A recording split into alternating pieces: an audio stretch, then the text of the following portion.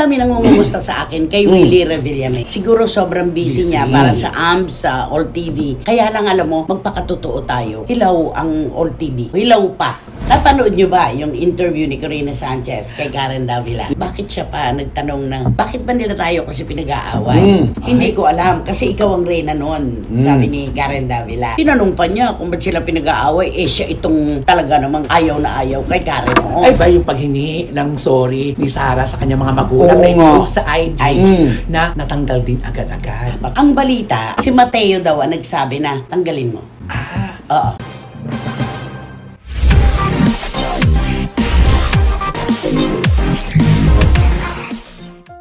Naman po kayo, mga mahal naming kachika sa iba't ibang dako ng buong mundo. Ang pagmamahal nyo po at ang inyong suporta ay tumatawid sa amin at kayo po ang dahilan kung bakit kami patuloy na nagbibigay sa inyo ng maiinit na chika at intriga. Di ba naman, Roel? Yes, true! Ikaw din, walang ka-makeup. Yes, Ate Christy. Ayan. At syempre po, lagi-lagi, ito po ang nag-iisang programang ating lahat. Ito ang Showbiz Now! Yes! Go! Ang dami ko natatanggap na text ng mga kababayan natin, lalo ang mga OFW na nag-aalala sa kanilang mga mahal sa buhay na iniwan dito sa Pilipinas dahil sunod-sunod ang bagyo na dumarating. At totoo naman na hindi naman biro ang ganyan. May dalawang bagyo na naman daw na inaabangan ng pag-asa. Hanggang December daw talaga ito. Talaga pong nakakalungkot po ang ganito para sa mga kababayan natin nagtatrabaho sa iba-ibang bansa. Pero sabi nga natin, huwag po tayo magpapatalo sa depresyon. Lalong huwag po tayong magpapaka-stress. Kakayanin po natin ito dahil may pumapatnubay naman po sa atin. Basta ingat po tayo, magdasal tayo, yun ang kabuuan. Diba? Na dapat nating sabihin. Dito lang po kayo tumambay, talagang paliligayahin namin kayo. Makalimot ng panandalian sa inyong mga problema. At saka ang anumang pagsubok, merong kalutasan yan. Yan, kung may problema, meron pong solusyon. Ang sabi nga, hindi mawawala ang kalamidad. Hindi mawawala ang mga unos. Pero hahawakan ng Diyos ang ating kamay at itatawid tayo. Diba?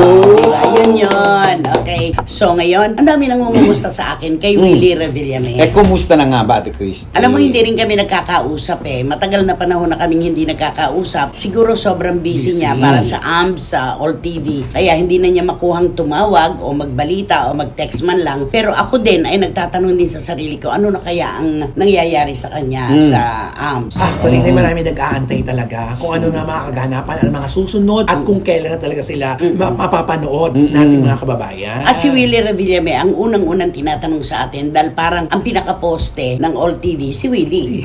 Ano nga ba nangyari, Ate Christy? Dahil ini-launch, tapos biglang nawala. Ano nga bang kwento ro? Hindi, yung sinasabi mo, yung wawawin. Diba? Dati-dati, binigay sa kanya kasi yung karapatan na may Arian. Diba? Tapos bigla inalis sa kanya. Kaya ngayon, hindi siya napapanood. Pero, hindi po pwedeng hindi bigyan ng AMS, ng programa, ang isang Willie Revillame. Alam naman natin na siya yung talagang taga-kaway ng manonood, diba? Siya yun. Kaya lang alam mo, magpakatotoo tayo. Hilaw ang All TV. Ako yun ang pakiramdam ko. Hilaw pa. Ako nagsisigunda ko dyan. Parang kulang pa sila ng mga tao na mahuhusay sa loob. Sana inuna yung production people. No? Pero binigyan nila agad ng atensyon, Ate Christy, yung mga artista agad Dapat, Ate Christy, mas inuna nila yung mga tama nga, yung mga crew, production people. Yung bubuo at magbabalangkas ng mga palabas. Kasi madali na lang, Ate Christy, kumuha ng artista. Totoo yun. Parang ang tawag natin doon ay hilaw. Pati yung tunog, diba? Kulang na kulang pa. At marami pa pong pinapansin ng ating mga kababayan na sana isang araw ay madoktor ng kumpanya. No? I'm sure na madudoktor din naman yan. Kaya lang panahon ang ating hintayin. Baka magtagal pa. Kaya nga hinahanap-hanap ng mga listeners and viewers, masang Pinoy, yung talagang ABS-CBN. Kasi yung ABS-CBN napapanood sa iba't ibang channel. Pero iba pa rin talaga yung dating ABS-CBN. Doon naman talaga nakauungos ang ABS-CBN. Iba talaga kapag sila ang umatake sa isang proyekto. Kahit sino, pwede lang pataubin yan. Diba? At gayon nga, may Net 25 pa. Tapos andyan ang GMA7, matatag na matatag. May TV5 pa. Diba? So, ang dami-dami po. At tanggapin po natin ang katotohanan na talaga ang YouTube, ang Netflix, ang laking kaagaw sa kanilang viewership. sila Diba? nahihirapan. Oo. Tsaka Ate Christy, sa cellphone, gaganyanin mo lang. Ang dami mo nang napapanood. Iba-iba talaga. Oo. Diba? Kaya mas ang mga tao ngayon, mas focused sa mga social media. Kumpara dati sa mga television lang, na napapanood lang, mas gusto nila ngayon ang social media. May isang kaibigan ako, Christinelli, siguro si Willie nabawasan ng kayamanan. Parang ganon. Nabawasan nga ba? Ako kaya kong sagutin niya ng hindi. Kahit mabawasan pa ng mas malaking bahagi pa, hindi na maghihirap si Willie Revillame. Ibang palagay na nakurutan. Na hindi na Willie ganon, Revillame pa rin siya. Na hindi na ganun kalaki ang umaakyat sa kanya. Oo. Pero may umaakyat pa rin. Sabi nga ng kaibigan ko, ganda-ganda kasi na estado niya dati sa GMA7. Umalis-alis pa siya. Hindi po kasi natin alam yung kwento naman ng utang na loob. Meron po kasing binibigyan ng pagpapahalaga si Willie Revillame sa pamilya Villar. Yun naman po ang dahilan kung bakit sumama siya. Maraming pagkakataon po na siya naman ay sinuportahan ng pamilya Villar. Noong nagsisimula pa lamang siya, yung mga bahay na pinamimigay, yung mga papremyo, mga Villar lang naman ang nagtiwala sa kanya. Okay. Dito mo kapasok yung personal, ang pagtanaw ng utang na loob, True. personal opinion na hanggang ngayon nilalaban niya talaga. Ate kasi matanong lang kita. Kasi may napanood akong isang vlog si Meryl Soriano na kung saan naglalabas sa dagat nung damit ng pambata. Tapos may dumarating na chopper. Ang sabi niya, si Papa dumating na. Na I'm sure nang tinutukoy noon ay si Willie Revillame. Ate Christy, talaga bang puro chopper ang sinasakyan ni Willie? Hindi talaga. Dalawa kasi ang chopper niya na puro bago. Hindi na siya talaga nahihirapan ngayon sa traffic. Kasi kung ikaw din naman na may paraan na magawa ang ganun, hindi ka na talaga magtitiis sa 6 na oras na biyahe kung pupunta ka man sa isang lugar na pwede mong kunin ng isa't kalahati. Bakit naman? Diba? Bakit ang hindi? Hindi na siya nag-aano ng bailan.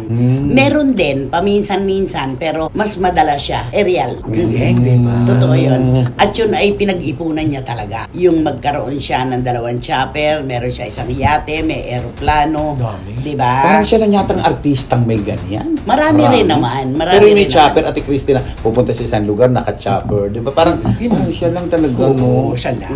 At pinaghirapan naman niya yun. Oo. Tsaka iwas traffic, no? Yun ang Malaking problema ngayon ng traffic dito sa ating bayan. Sobra, di ba? Correct. Kung di ka aalis ng madaling araw, huwag ka nang umalis pagka tanghatanghali na. Hindi ka aabot sa pupuntahan mo. Ay, naku. Diba? Pero mabalik lang ako. Ako talaga, di ba, ang dami nating mga lumabas dati na ilang buwan na magsisimula na sila, unti-unti na naghahanap na sila ng mga artista na meron sila nahanap pero hindi rin natuloy sa kanila. Hindi kaya doon nahirapan ulit sila sa pagbubuo ng production at paghahanap ng artista kasi nga daw, hindi daw na ibibigay, di ba, yung budget. Ang kwento kasi, yung hinihingin talent fee ng mga artista, hindi kayang Isa pa ibigay yan. ng AMSTO. Oo. Yun daw.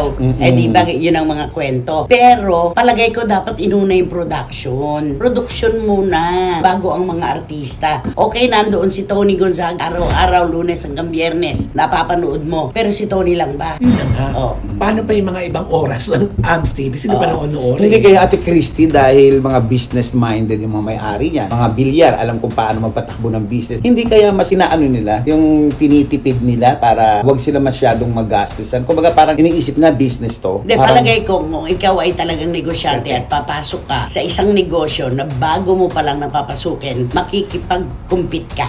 No? Oh. Makikipaglaban ka talaga. Pero sa nakikita ko parang hindi eh. Ginamit kasi nila yung yung ABS sa ABS sa AMBS eh. Nagkaroon sila ng mga pre-publicity nun eh. Mga AMBS panahon. 2. Oo. So parang dumepende na sila doon sa pre-publicity. Hindi na nila napansin na mas kailangan natin itong mga tauhan sa loob. Kaya parang nakikita ko ganun, Ate Christy. Ang dami-dami mga taga-ABS sa AMS ngayon. Ang dami nila doon. Di ba sila Direk Bobot Martis? Nauna na doon. Marami na sila doon. Kaya lang, kulang pa rin. Kumbaga yung poste, kulang pa. So mag-aabang pa tayo ng first quarter ng 2023. Di ba yun ang inaano nila? Kung pera ang pag-uusapan, kayang-kaya ng mga bilyar. Di ba? Isa sa pinakamayamang Totoo pamilya. naman yan. Di ba? Ang mga bilyar. Kaya lamang, pinag-iisipan din muna sila sigurong mabuti kung saan sila Talaga sila gagastos. correct. Oo. At saka yung timing nila kung kailan sila lalabas. Hindi basta yung 2023 lalabas sila. Hindi ganun eh. Di ba merong timing yan kung ano yung kinakailangan ng tao. Dapat doon sila lumabas para mas lalong maganda ang pagpasok nila. Ang ganda sana nung sultada ng umpisa. Actually. Ang ganda-ganda. Nasabik Yung- ang lahat. Oo, yung atake atake sa unang araw. Pero ganun talaga eh. Isang araw po makikita din natin, baka naman ngayon pinag-uusapan na nila talaga kung paano pang pagagandahin, aayusin pa ang produksyon ng AMS at All TV. Sana. Hintayin natin yan, di ba? Tignan natin. Although of course, ang dami nagsasabi, nasa social media na labanan ngayon. Kaya nga medyo mahihirapan sila, Ate Christy. Maging ang Channel 7, maging ang Channel 25, hirap sila sa social media. Dahil aminin naman natin, Ate Christy, bago tayo matulog, kukuha tayo ng cellphone at mag-i-scan tayo doon mga sa Kaya YouTube. nga mapapansin mo, pati ang GMA, kung ano yung napapanood mo sa GMA, meron sila sa social media. Oo, Meron sila sinakop na rin nila. Kaya sabay mo nang mapapanood, wala nang ligtas. Oo, pati news. Turo ulit. Diba, pati news, pati yung mga serye. Diba, ganun mapapanood lahat. mo na doon. Ganun talaga, sasabay ka. Pag hindi ka sumabay, mapag-iiwanan ka sa isang sulok. Isang malaking good luck talaga. Hintayin natin ang AMS 2, ang All TV. Baka naman isang araw biglang, pak! Eto na ulit sila. Sana, no? Para mas marami mabigyang trabaho. Oo, kasi tahimik, di ba? Yan ang nakakatakot yung tahimik. Tapos biglang, tatahimik sila ng ilang. At huwag mamaliitin ang nananahimik. Correct. Yan ang nakakatakot. Pag minaliit natin, minenos natin ang maliit, tapos biglang, pak! Yun. Doon tayo mapapahiya. Isang malaking bubulaga sa harapan natin. Yes, Ay, oo. Napanood nyo ba yung interview ni Corina Sanchez kay Karen Davila? Yes, Ate Christy. Ikaw Pero, napanood mo? May mga portion din ako, portion, Ate Christy. Ako Mga napanood portion. ko siya ng buong buo. Oo. At kilala ko silang pareho. Ano bang pagkakakilala mo sa kanilang dalawa? Mas malapit ako kay Ate Coring kasi nung ako ay nasa ABS pa, nag-share kami sa isang studio. Yung pinakalumang studio ng ABS, yung Studio 10. Oo. Doon talaga Sa may kami. Isguera. Oo. Yung pinakamaliit doon na luma, doon ang Christopher Minute at ang Balitang K. Doon yun. Madalas kayo nagkikita talaga. Oo, sa dressing room Malapit dun sa news, no, Ate Christy? Oo, Sa news mismo. Na pagkaluma-luma nung dressing room, nandun din siya dun. Lagi kami dun. So, si Ate Coring, napakadiretsong tao. Hindi mo siya mapipilit na ihapay sa isang bagay o tao na ayaw niya. Maninindigan siya na ayaw niya dyan. Oo. At sa pagkakaalam ko, isa si Karen Davila sa ayaw niya noong mga panahon na yon. Bakit naisipan niyang itanong sa taong bayan na sinasabi niyang bakit nagtataka sila na Bakit ba pinag-aaway nila tayo sila? pinag-aaway? Bakit ba tayo yung pinag-aaway? Alam mo, siguro hindi lang 10 ang tumawag sa akin na kasamahan ni Ate Coring dati sa departamento ng news ng Anong tanong, Ate ABS-CBN. Christy? Ang tanong na hindi mo napansin, bakit siya pa nagtanong na bakit ba nila tayo kasi pinag-aaway? Hindi ko alam kasi ikaw ang reyna noon, sabi ni Karen Davila. Bakit sa palagay mo pinag-aaway nila tayo? Kasi naman ikaw yung reyna. No, ay...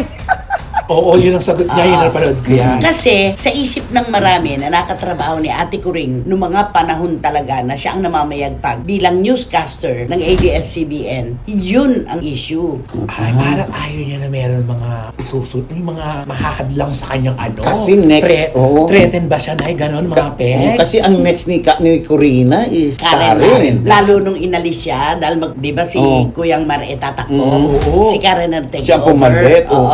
At saka alam mo yung hanggat mahaharangan ko to, hanggang dyan ka lang muna. Di Diba? Parang ganon. Sina- Yun ang nasa utak ng mga nakatrabaho ni Ate Coring. Kaya gimbal na gimbal sila, plastic na plastic sila kay Ate Coring doon sa tanong niya kay Karen na, bakit ba kasi nila tayo pinag-aaway? Kasi yun ang clickbait nila na eh. Oo, Di ba? Yun doon ka bakit sila pinag-aaway? Naloka ako doon. Katulad yung isa nagsabi sa akin, tinanong pa niya kung ba't sila pinag-aaway, siya itong talaga namang ayaw na ayaw kay Karen noon. Ay, bakit ayaw niya kay Karen, Ate Christy? Hindi, siguro, pag ikaw ay reyna ng isang palasyo, yung paparating na babae na pwedeng sumungkit ng pagiging reyna mo, pipigilan mo yan. So, ibig sabihin, threaten.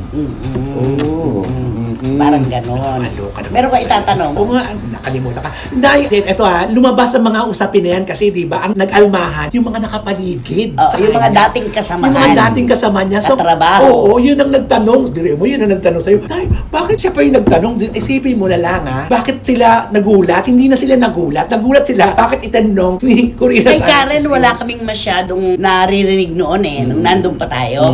Wala kaming masyadong naririnig kay Karen. Simple lang si Karen. Kung ano bigay sa kanya, gagawin niya. Dahil sa sinabi rin ni Karen, takot nga ako sa'yo, di ba?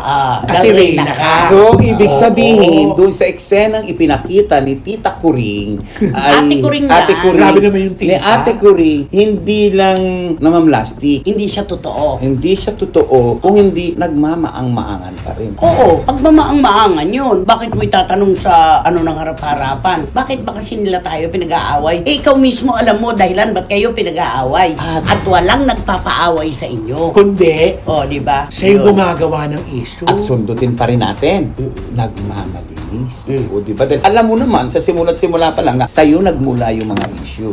Ikaw mismo ang mga nagsabi ng issue. Pagkatapos, tatanungin mo ako. Alam mo, pag pinag-ipon-ipon natin ngayon, yung mga katrabaho nila dating dalawa, ang dami-daming napaplastikan kay Ate Kuring kesa kay Karen. So, Si Karen kasi noon, simple lang. Tanggap niya na hindi siya ang Reyna. Tanggap niya na pangalawa lang siya o pangatlo. Oo, kasi nung sinabi niya, nung pumasok ako, Kurina ka na, di ba? Alam niya naman kung saan siya nakapwesto. Kaya lang ha, siyempre, alam mo na, sa interview ito na, ang biktima pala dito, si Karen dati. Oo. no? At saka kapag sinabi mong Corina Sanchez noon, ay, lahat makikinig. Pag sinabing Corina Sanchez, lahat nakatingin.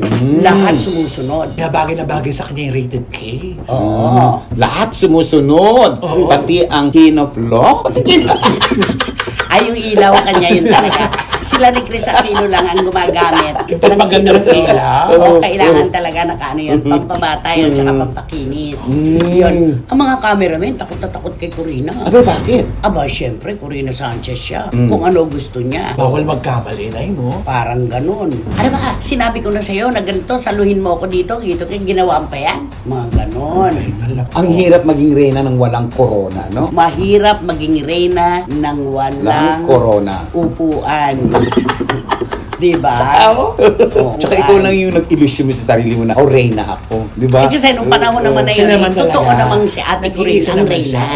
Siya naman talaga yung reyna. Lahat naman nasa likuran lang niya. Ang hirap, Ate Christy, nung ikaw ang reyna, tapos may mga sumusunod sa'yo. Yung parang, teka muna, mapabinitawan ko to, may kasunod agad ako. Ang hirap ng ganun. At saka mahirap talaga sa ABS-CBN kasi diba may consinti factor kasi. Doon ang nakakahirap na yung bang alam na nila na may attitude, talagang sinusuportahan pa nila Saka kaya dun lalo. sa paghaharap nila ni Karen sa one-on-one interview nila sa Net25, nakita mo naman, si Corina Sanchez talaga. Ganun talaga.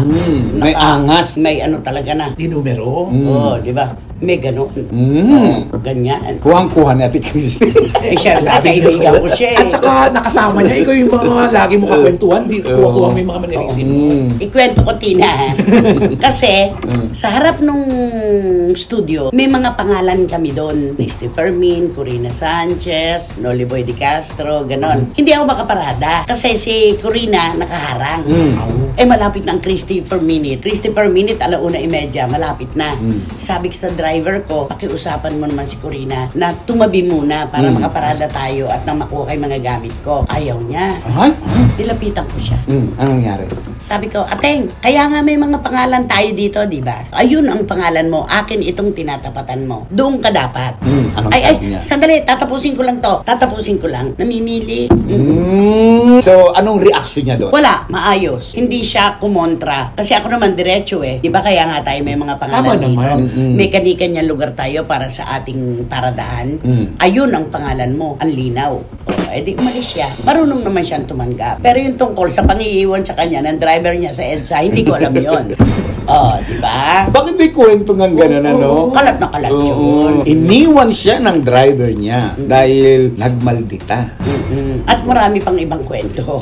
Oo. Eh, panahon ni Ate Kuring yun eh. Madaya ang posisyon, madaya ang kasikatan. Kanya yun eh. At saka bata-bata pa si Ate Kuring no. Well, speaking of Ate Kuring, ang ganda pa rin niya hanggang ngayon. Oo, ako at Ate Christine, nasisexihan at nagagandahan ako sa kanya. Parang mas gusto ko siya ngayon. Yung image niya ngayon, yung sinusuot niya ngayon, yung eksena niya, aurahan niya ngayon. Kaysa noon na talagang nakakatakot. Fashionista na kasi siya ngayon. Hindi, so tsaka, siya ngayon. ano naman ang ginagawa ng mga Vicky Bello? Di ba? Meron ka namang paraan, meron kang pera. Why not coconut? Tsaka naging viral nga, di ba yung ano niya sa billboard sa EDSA, di ba Nay? Nakamukha na niya si Oo. Michael Jackson. Pero alam mo, meron akong isang katangian ni Corina Sanchez na anuman ang mangyari, hindi mawawala sa puso ko. Napakabuti niyang anak at kapatid. Yun naman. Palak. Ang kanyang mga magulang, ang kanyang mga kapatid, ang kanyang mga pamangkin, siya ang nagpapaaral.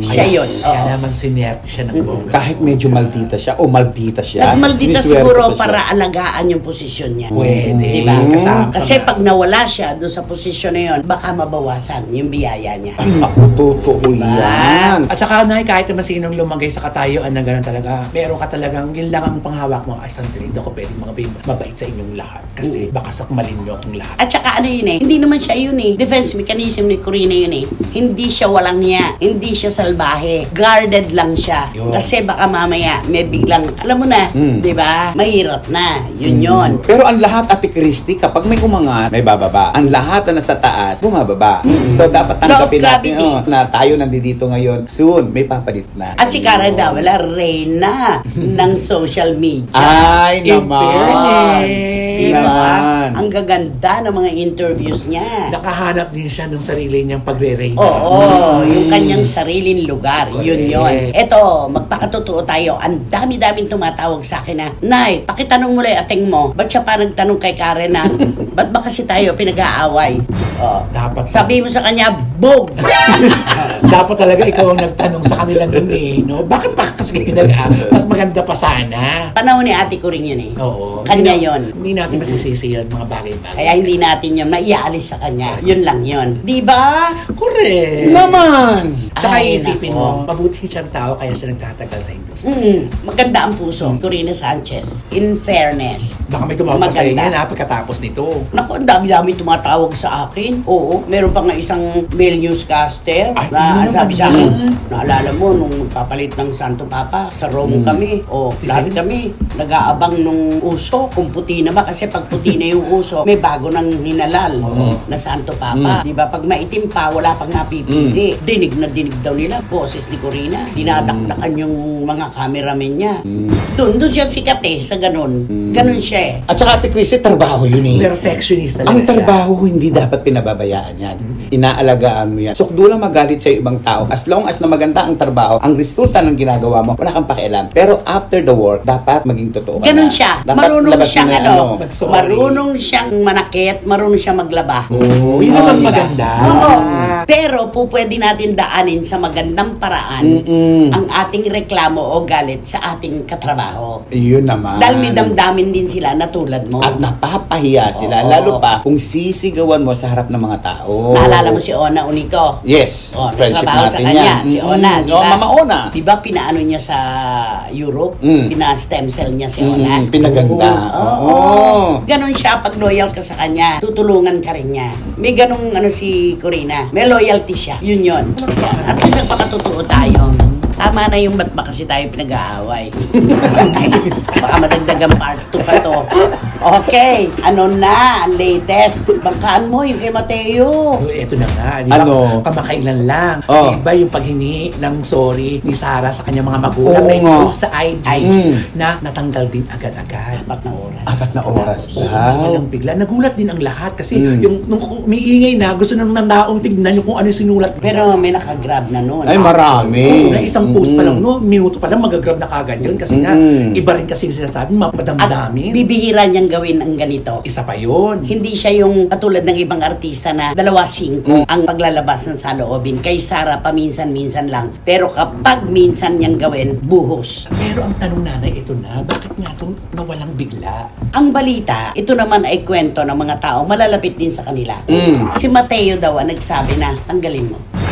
Oo. Pinatanggal niya Siya. na. Kasi daw, Siguro ang nasa isip ni Mateo, hindi ko eksaktong Yun, sasabihin oo. na ito ang kanyang saloobin. Siguro naisip ni Mateo, kawawa naman si Sarah. Araw-araw na lang nanghihingi ng paumanhin kanyang magulang. Samantalang hindi naman krimen ang kanyang ginawa. Krimen ba ang magdesisyon na makapag-asawa? Krimen ba ang sumama sa kanyang boyfriend para magpakasal na? Siguro naisip ni Mateo, sobra-sobra na ito. Hindi na dapat ito. At pinaka-worst na pwedeng mangyari sa tao, yung magkaroon ng self-pity. Sa totoo lang. At syempre nakita na rin siguro nitong si Mateo na sobrang nang nasasaktan ng asawa Oo. niya. At kapag mahal mo ang asawa mo, hindi mo hahayaang masaktan siya. Ikaw na mismo na asawa ang gagawa ng paraan upang yung asawa mo ay hindi masaktan. So nakita to ni Mateo na lagi ka na lang humihingi ng tawad sa tatay mo, sa nanay mo. Hindi ka naman sinasagot. Hindi ka naman sinasagot. Halika, sa akin ka na lang. Dito na lang sa akin. At kung pagbibigyan ka ng mga magulang mo sa kagustuhan mo, sino bang hindi magiging masaya? Sasama ako sa'yo. Sasama ako sa'yo. So, Baka sasaktan na siguro talaga si Mateo. Oo. Baka pwede rin na kung si Mateo o ang diva rin. Pero palagay ko si Mateo ang mas may bigat na magsabing pakitanggal mo yan. Naalala mo yung video nila sa Italy? Pagkasaya-saya ni Mateo at ni Sara. Ang damit nila pagka simple-simple. Kumakain sila. Nag-uusap sila na parang kanila ang mundo at wala silang kasama. Yun yung pinakamaliligayang araw ni na Mateo at Sara. Diba? Ang maging normal at simpleng babae at lalaki. Totoo yan. Pero ngayon, lalo pa ngayon, umiting na naman siguro sa parte ni nanay ni Sara. At saka kung ganun nga naman, binibigay pa rin naman ni Sara yung para sa magulang niya galing na ABS. Diba? Ganun din naman na yung ulam hindi ko pakikialaman kasi hindi ako sure. Pero yung sweldo, binibigay. Pero tinanggap yung sweldo, hindi si Sara. Pero durog na durog ang mag-asawang Delphine, particular na si Mami Divine sa mga tao. Nung malaman ng mga tao na kasi nalaman natin Christy na yung sweldo pala ni Sara sa ABS-CBN, binibigay niya sa kanyang parents. So dinurog ng mga tao si Mami Divine. Yun nga yung sinasabi, Sara, hayaan mo na. Kung di ka mapatawad ng magulang mo, may divine justice. Ayun. Yun ang sinasabi. Nandun pa rin diba? si Aling Divine. Divine justice. Ako, hindi ko maihanap ng dahilan. Hindi ko maihanap ng katwiran kung gaano kalalim at kalawak ang galit ni Aling Divine sa kanyang anak na ginawa ang lahat-lahat para sa kanilang pamilya. At saka na ang kwento ito, super lalalim pa ng lalalim at lalalim ito kasi walang nagsasalita. Tayo lang gumagawa ng mga na gusto nating Mga sources. O mga sources na naririnig natin, ganito kasi yan, ganito. Na hindi rin natin alam kung saan nanggaling yun. Nakita ba nila, nasaksihan ba, o sinabi rin sa kanila. Kaya sanga-sanga na talaga ang kwentong ito.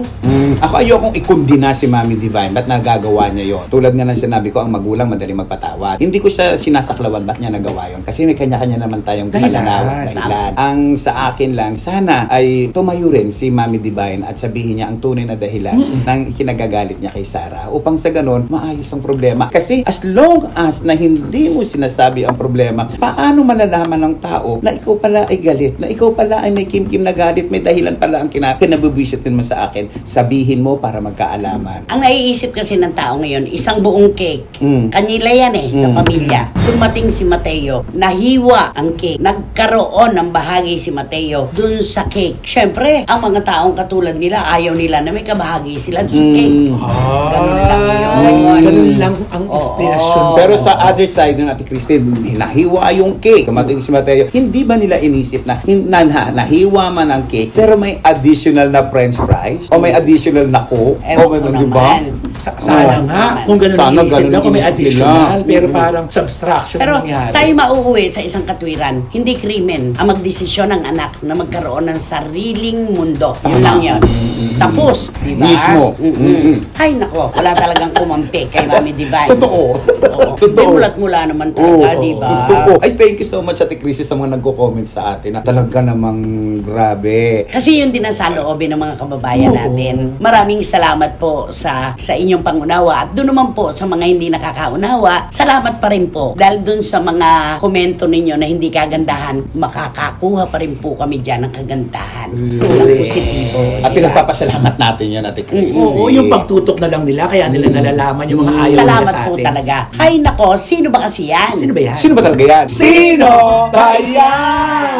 Nako, eto ang reyna ng ating mga taga-suporta. Boy, si Karagay, anumang oras, kailanman, Ay, oo. nandyan ka. Dilitada. Direct Franny Zamora, isa pa. Direct Chapus Manansala. Sa inyo pong lahat, maraming salamat. Salamat sa inyo. Kaya sa iyo ito to. na, ang bibida ngayon dito ay isang singer-actor. Male singer. Oh, okay. Oo. Grabe. Ano kwento? Ito napansin ko, kaya naman pala wala na kantang awitin na naglalabas. Wala na recording? Wala na Oo recording. nga, napansin ko. Napansin mo? Ako rin napansin ko Ang eh. tagal na nun Ang eh.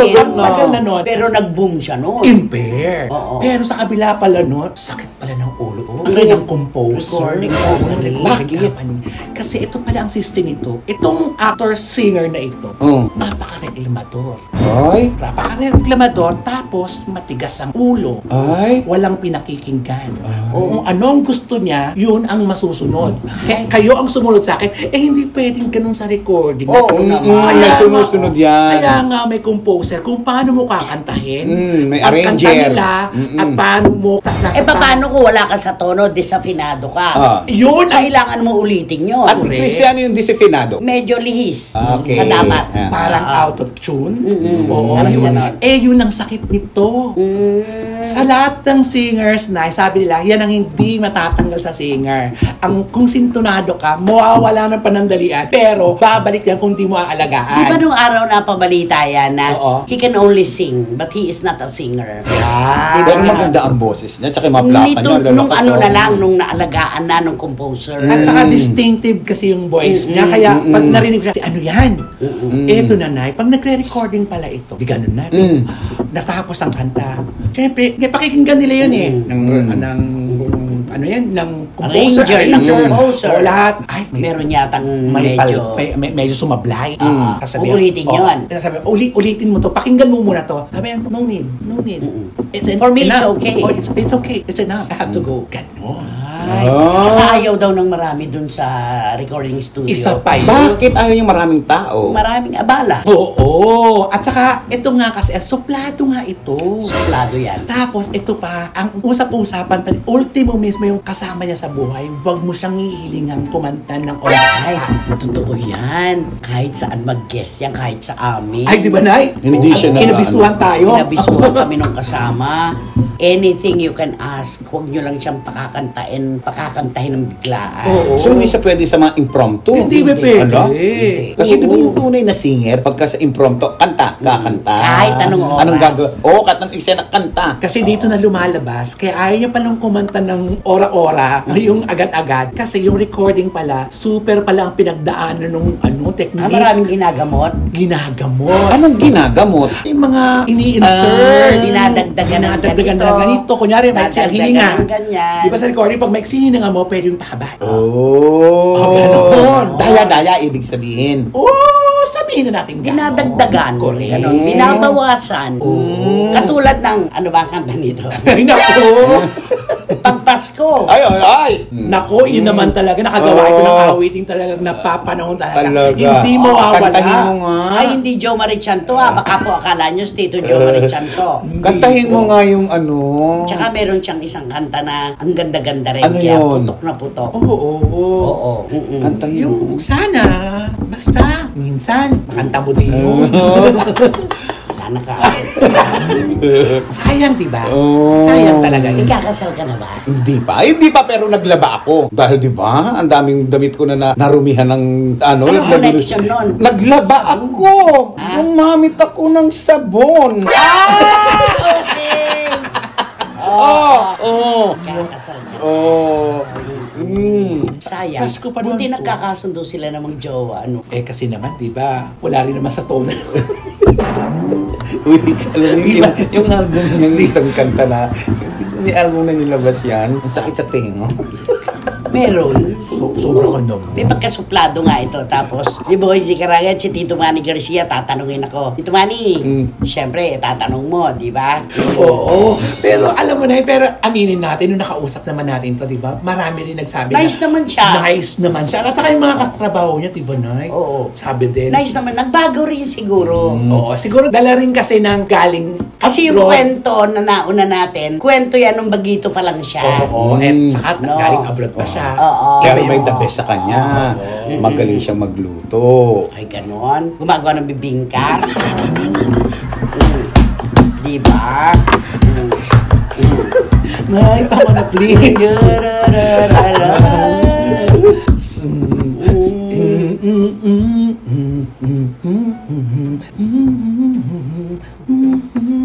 Ikaw, Wala akong maalala sa kanya. alam mo, alam ko talaga. Wala naman siya talaga alam. Oh. Di ba? Buti tayong dalawa na lang mag-usap. Eto na nga.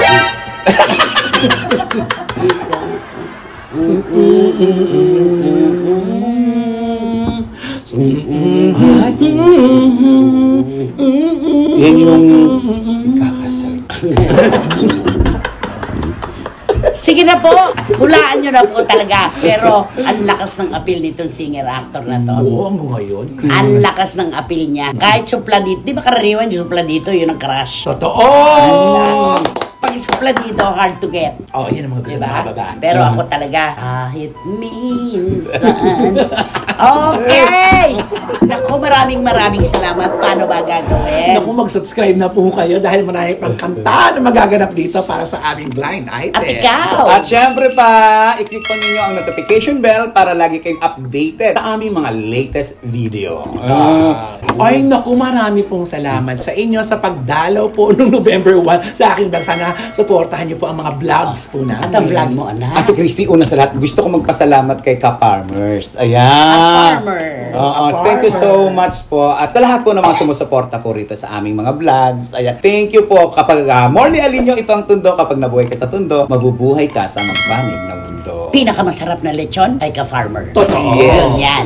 Maraming salamat po muli sa inyong lahat mga kapatid. Busog na naman po ang ating mata at tenga ngayon. Sa susunod, mas marami pa. Dito lamang po sa inyong programa, ating programa. At ito po ang Showbiz Now!